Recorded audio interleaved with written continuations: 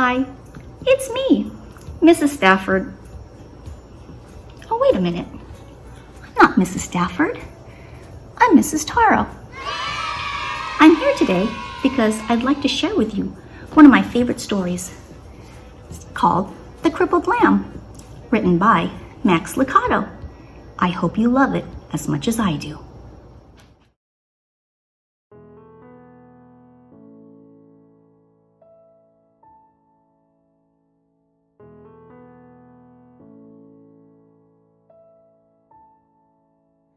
Once upon a time, in a sunny valley, there lived a little lamb named Joshua.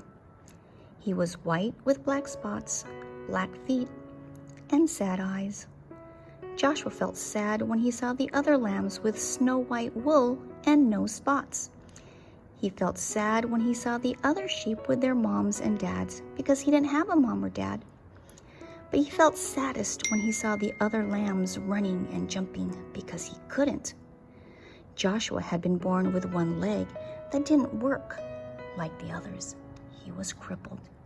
He always limped when he walked. That's why he always watched while other lambs ran and played. Josh felt sad and alone, except when Abigail was around. Abigail was Josh's best friend. She didn't look like a friend for a lamb. She was an old cow. She was brown with white blotches that looked like rain puddles on a path. Her belly was as round as a barrel, and her voice was always kind and friendly. Some of Josh's favorite hours were spent with Abigail. They loved to pretend they were on adventures in distant lands. Josh liked to listen to Abigail tell stories about the stars. They would spend hours on the hill looking into the valley. They were good friends. But even with a friend like Abigail, Josh still got sad. It made him sad to be the only lamb who could not run and jump and play in the grass. That's when Abigail would turn to him and say, "Don't be sad, little Joshua. God has a special place for those who feel left out." Josh wanted to believe her, but it was hard. Some days he just felt alone.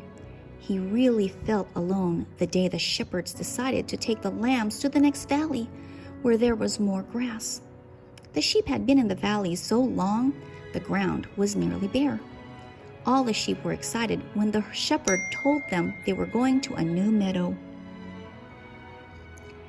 As they prepared to leave, Josh hobbled over and took his place on the edge of the group. But the others started laughing at him. "You're too slow to go all the way to the next valley. Go back, slowpoke. We'll never get there if we have to wait for you. Go back, Joshua." That's when Joshua looked up and saw the shepherds standing in front of him. "They are right, my little Joshua. You better go back. This trip is too long for you. Go and spend the night in the stable." Joshua looked at the man for a long time. Then he turned slowly and began limping away. When Josh got to the top of the hill, he looked down and saw all the other sheep headed towards the green grass.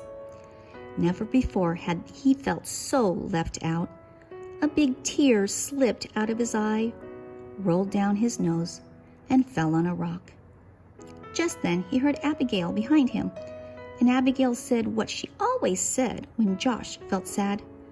"Don't be sad, little Joshua. God has a special place for those who feel left out." Slowly, the two friends turned and walked to the stable together. By the time they got to the little barn, the sun was setting like a big orange ball. Josh and Abigail went inside and began to eat some hay out of the feed box. They were very hungry, and the hay tasted good. For a little while, Joshua forgot that he had been left behind.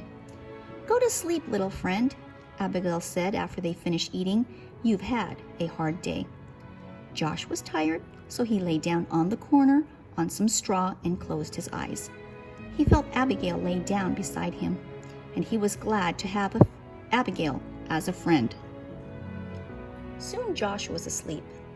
At first, he slept soundly, curled up against Abigail's back. In his sleep, he dreamed. He dreamed of running and jumping just like the other sheep. He dreamed of long walks with Abigail through the valley. He dreamed of being in a place where he never felt left out. Suddenly, strange noises woke him up. "Abigail," he whispered, "wake up. I'm scared." Abigail lifted her big head and looked around. The stable was dark except for a small lamp hanging on the wall. "Somebody is in here," Josh whispered. They looked across the dimly lighted stable. There, laying on some fresh hay in the feed box, was a baby. A young woman was resting on a big pile of hay beside the feed box. Joshua looked at Abigail, thinking his friend could tell him what was going on, but Abigail was just as surprised as Josh. Josh looked again at the woman and the child, then limped across the stable. He stopped next to the mother and looked into the baby's face. The baby was crying.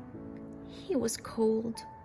The woman picked up the baby and put him on the hay next to her.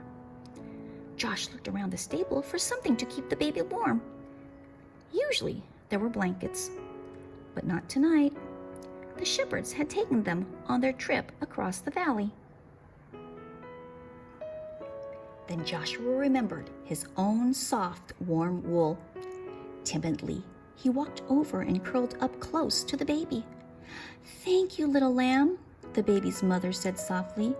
Soon, the little child stopped crying and went back to sleep.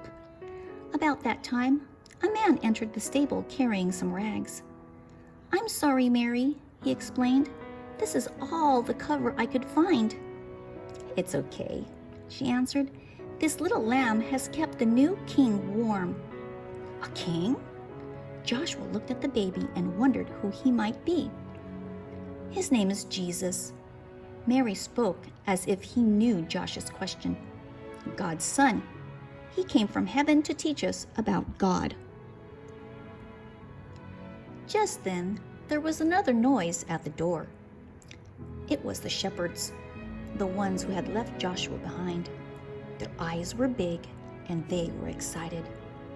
"We saw a bright light and heard the angels," they began. Then they saw Joshua next to the baby. "Joshua, do you know who this baby is?" "He does now." It was the young mother who was speaking. She looked at Joshua and smiled. "God has heard your prayers, little lamb. This little baby is the answer." Joshua looked down at the baby.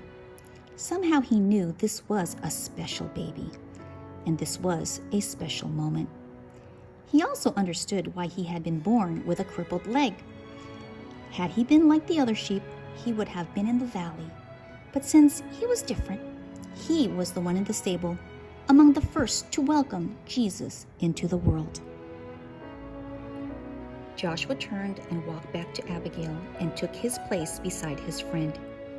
"You were right," he told her. "God does have a special place for me."